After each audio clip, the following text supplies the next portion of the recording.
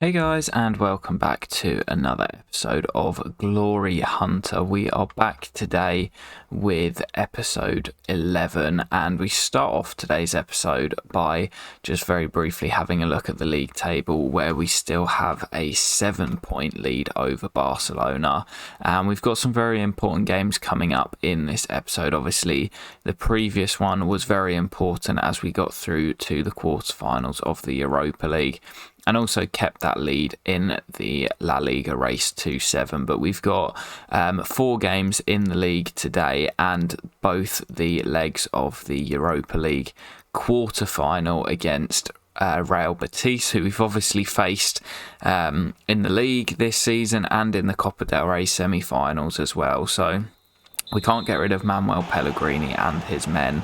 But yeah, you'll see both of those ties coming up later on in the episode. But we do start off today with a sim game at home to Almeria, a team that we faced quite early on in the season. I think it was episode 2 that we faced them, and Griezmann scored the hat-trick in that game. And just quarter of an hour in, they had a penalty. And I wasn't sure whether to jump in and try and save it myself, but I decided that my record's been pretty bad this year from saving pens, so I would save it for the AI. And funnily enough, Jan Oblak actually saved the penalty, and directly from that, the resulting corner, they scored anyway.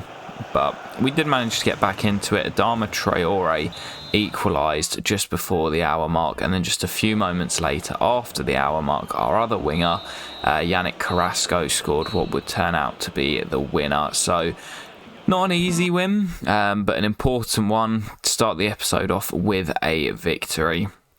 And yeah, keep our lead at the top of the league to 7. And following that, we had another international job offer, this time from Qatar, and it's not what I'm after at the moment. I've said a few times, we're waiting for one of the sort of top sides in Europe, as the next competition that we're going to have that's playable is Euro 2024. So we're hoping for a half decent team. We're tempted by Croatia in I think it was episode 9 or 10 we had that job offer, but still waiting for one of the big boys. But we've got well over a year until Euro 2024, so as I say, waiting for one of those bigger jobs. Hopefully we get Spain or England, France, Germany, one of those teams. Any of sort of the top 5 nations I would take. But speaking of Germany, I've just got off the back of watching Bayern Munich against RB Leipzig, the return of the Bundesliga, and yeah, it's a league that gets quite a bit of criticism and hate, but I think watching the Bundesliga for me is one of my favourite leagues to actually watch. It's really enjoyable. The fans are always great out in Germany, and a lot of people say the quality's not good and it doesn't even match up to the Championship in England. And I'll be honest, I love the Championship. It's exciting. Pretty much every single year you've got a number of teams that could possibly get promoted. Although saying that, we do see a lot of the same teams coming up and down year on year, but it always gives teams a chance of even getting into the playoffs, or potentially getting into the playoffs and having a chance of making it up to the Prem. But the people who say that the Championship is better in terms of quality of the Bundesliga is just a terrible argument. The Bundesliga is so much better. Yes, the level of defending isn't the greatest, but in terms of a neutral, I don't support one team in Germany more than any others.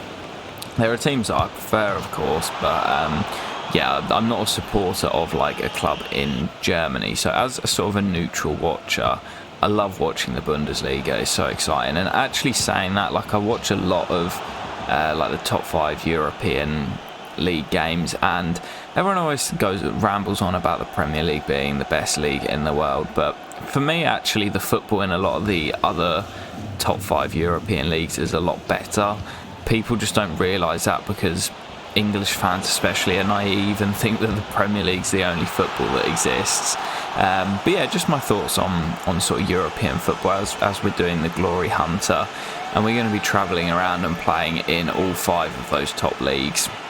Obviously, depending on what happens at the end of this season, we've put ourselves in a really good position to win 3 competitions in this first year. If we do manage to win 3, that'd be fantastic. I was hoping we'd get maybe 1 chalked off, but if we can get 3 done, including the 2 domestic cups, or the domestic cup and league for Spain, then that would be great. It means that we can open up a different league, and we can move around quite early on in the save.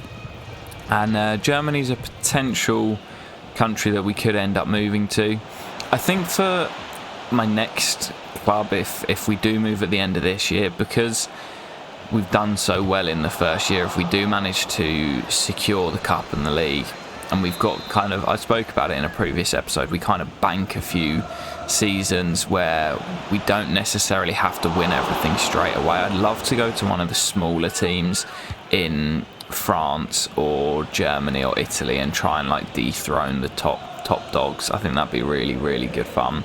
But we'll see what happens. It also massively depends on what job offers or what jobs are available in the browse jobs section come the end of the season. So it sort of depends on how well we do to round off the season. We could have a mighty collapse and end up not winning anything and having to stay on at Atleti next year. But if we do well, then it also depends on what is available to us. So something to consider come the end of the season. But as I've been rambling on, you will have seen the first played game of the episode, where we did get a 1-0 victory there. I think it was 1-0. But we followed that up with Celta Vigo away. And this was a game after that 1-0 victory in the Europa League against Betis. I was thinking, it was a decent result. Pretty happy to come away with the win, but I'll be honest, I didn't play my best in this game, and I was sort of, even though we didn't lose, I felt like I was sort of out for revenge in this game. We've made quite a few changes, you can see from our lineup here. We had a very sort of changed team out there. Gave some players who were sort of on the fringes a bit more game time, and I'll be honest, guys, we took our anger out on Celta Vigo in this game. You can see straight from the kickoff, they actually had the kickoff, but Rodrigo de Paul, who we've spoken about before, absolutely love his energy in that midfield, nipped the ball back, and we were straight on the attack as Adama came down the right hand side, just kind of slowed up, took his time, rolled it back to Antoine Griezmann, and he slammed in the first goal of the game within 3 minutes. And he's someone who he started the season off really well. As I mentioned, as we played or simmed Almeria in that first game of the episode, Griezmann obviously scored a hat-trick in the return game against Almeria, when we did play them away from home. And he started off the season really well. Obviously, we changed him back to a centre attacking midfielder as like his natural position at the start of the season, and he grew 2 ratings, and then he started the season off brilliantly. He was absolutely on fire, and since then he sort of dropped off a little bit. Like, he's still been good, and when we've called upon him, he's come up with goals, but he's obviously lost that spot to Felix, who's come in and done fantastically well. Probably been our player of the season, João Felix. In fact, I don't even think there's much of a probably about it. I think he'd be pretty nailed on to be our player of the season. But Griezmann's done a good job when he has been called upon in important moments. I mentioned it before, obviously, the actual squad that we've got here at Atleti has a lot of depth, a lot of quality as well. So good to have so many players that we can call on and rely upon in important moments. But speaking of players we can rely on, Matheus Cunha's been an absolutely fantastic second in command to Angel Correa. Another player who could potentially stake a claim at the Player of the Season award, but Matheus Cunha, again, whenever he's been called upon, been fantastic. And in this game, as I said, we took our anger out on Celta Vigo. Just 23 minutes in, we were 3-0 up. And it was Griezmann and Matheus Cunha linking up again. These two were on fire in this game. You can see the quick passing, Thomas Partey involved as well, and as it came across to Griezmann, we know the quality that he possesses. Got a wand of a left foot, and he hits it first time across the keeper and into the side of the net. Gives us a 3-0 lead, and from there on out we were feeling pretty confident that we were going to be able to hold on to the win.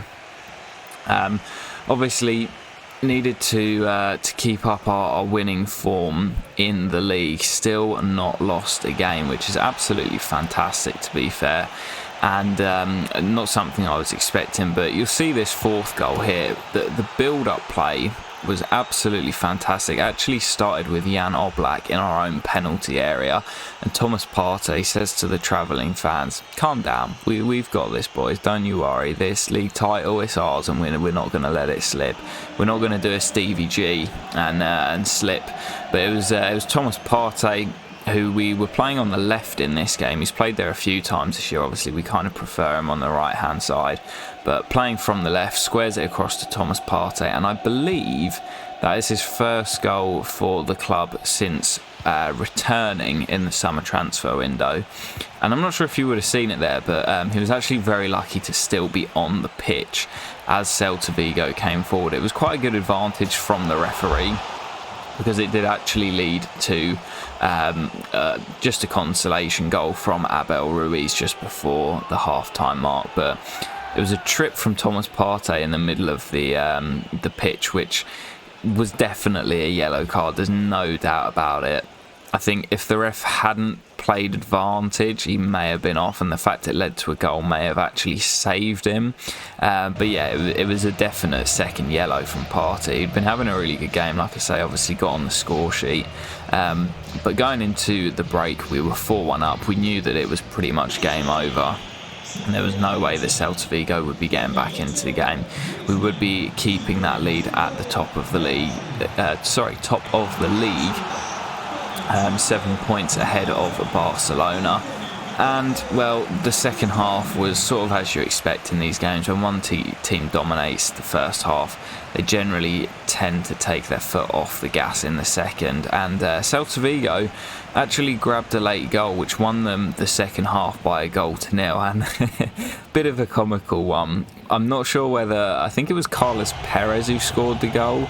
I'm not sure whether he meant it or not. If he did, it was an absolutely fantastic piece of skill, but it kind of reminded me of, like, I don't know why, but just reminded me of Thierry Henry, the way he hit it. And yeah, Oblak kind of got sat down on his backside, and the ball just trickled in through his legs. It was quite comical, and I could see the funny side of it, seeing as we were 4-1 up, but we'd made loads of changes before that game, and we were able to bring in even more fringe players after we were 4-0 up. We were comfortable, and we were able to rest players, which meant that for this quarter-final of the Europa League, the second leg against Real Betis, we can't get rid of these boys this season. We've played them so many times.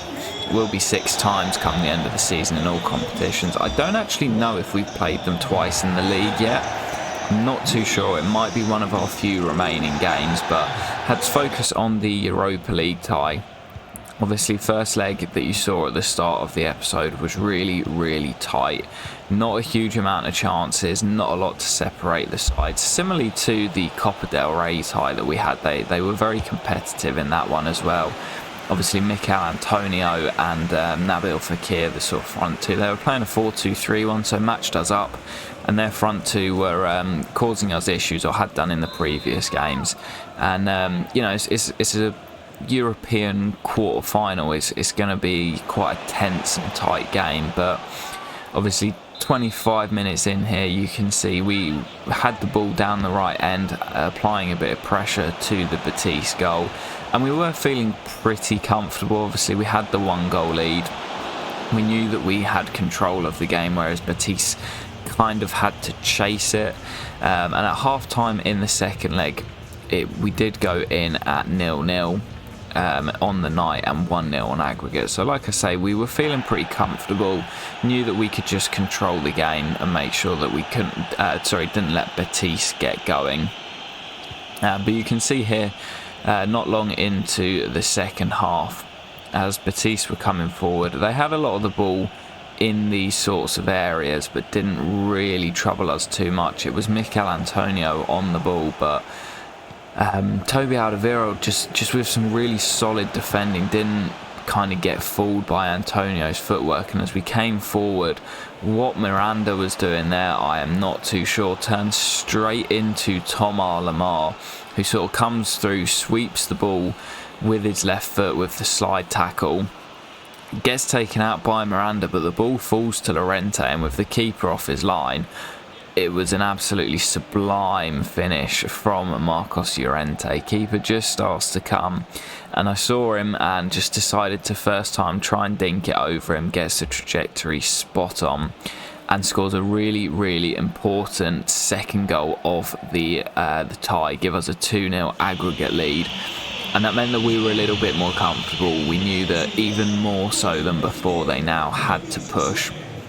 And we'd made a few subs just to get some fresh legs on. We know that Adama Traore has been a threat off the bench. We were able to bring our player of the season, João Felix, on as well, as I decided to give Griezmann the start in this one after his fantastic display against Celta Vigo. Obviously been pushed out the side a little bit because of Felix's form.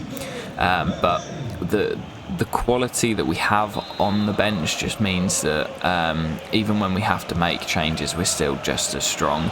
And Llorente had a chance to score his second of the night, but it was a good save by, I believe, Rui Silva in the Betis goal. But you can see they were starting to send some bodies forward, knew that they had to create some chances, and this was a great one for Nabil Fekir.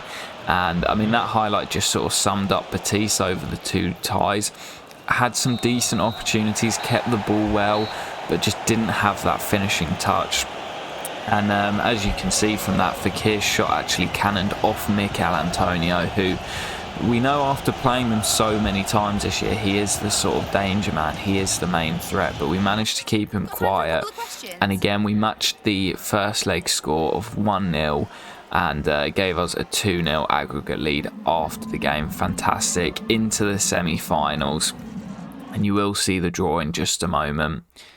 And there it is, Manchester United in the semi-finals. The one team I wanted to avoid. I would have felt confident against Shakhtar and Real Sociedad, considering Shakhtar are probably the weakest side in there. They're obviously not a terrible side, but you'd argue on paper the weakest side of the four remaining teams. Real Sociedad we know pretty well from playing in the same domestic league. Manchester United were the ones that we wanted to avoid, and we did manage to draw them in the semi-finals. But the only good thing is that we will play them obviously home and away. If we played them in the final, it would have been a one-off. Who knows what could have happened. United in a one-off game, especially on FIFA, they always have a very good side, so would have been tough.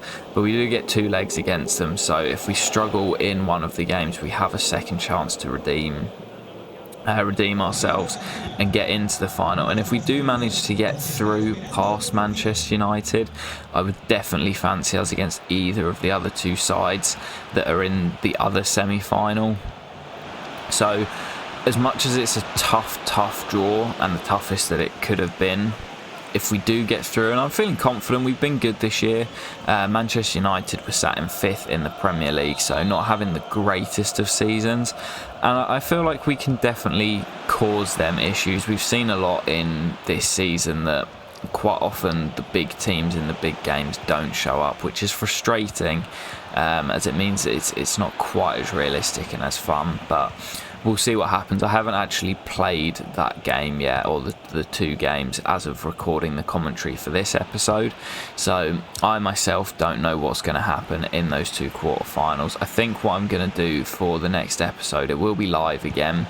We'll be back with the Copa del Rey final against Real Madrid, which is arguably the biggest game of the season. We'll then probably see out the league campaign, because we've got quite a big gap at the top, a couple of wins in our final 5 games, and we'll be feeling pretty confident that we can wrap up the title. And then I think I'll do those two Manchester United semi-final legs as well. So it might be a bit of a bumper episode to end off the season, and then if we get there, we'll have the Europa League finale. The Europa League final as kind of the final episode of this first series. If we do get there, then we'll round it off by having like a final look at the save sort of around the leagues as well, to see where we could potentially move, as I've said, depending on what happens if we do end up moving clubs at the end of the year. And see what jobs are available as well. That's a big thing. See what jobs could potentially be available. But before all of that, we've still got a job to be done on the pitch. And in this game, back to matters in the league against Athletic Bilbao, who caused us issues early on in the season. Another team we faced early on. You might remember the game, we were 2-0 down. Inaki Williams was an absolute thorn in our side that day. But we did turn it around and win the game 3-2 in the end after being 2 down. But Angel Correa gave us a 1-0 lead in the first half with a fantastic finessed effort into the far corner. But again, Bilbao caused us issues. They didn't have Inaki starting in this game. It was Sonset and Garcia starting up top as a sort of front two. And with 10 minutes to go, well, talk about experience. Raul Garcia dispatches a penalty after I completely panicked as the ball was played into the penalty area.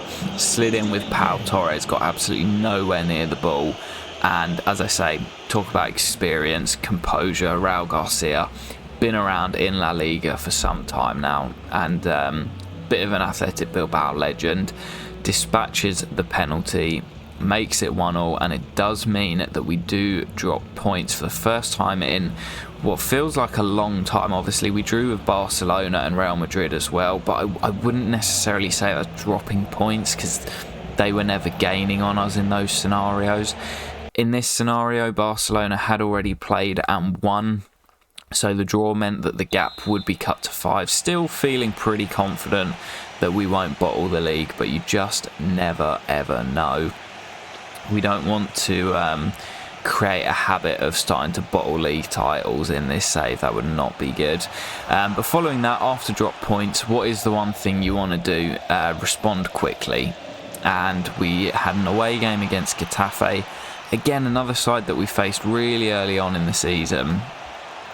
I'm trying to work out if I don't know if they are, if the fixtures are like reversed. I don't think they would be. It seems like quite an odd thing to have. But anyway, we faced them early on in the season. It was a 2-0 victory for us on that day, and this one would be, well, we'd won up ourselves. We'd make it 3-0. A very fortunate goal off a Robin Koch deflection after the ball was pulled back to Rodrigo de Paul. But you can see the league there after that victory.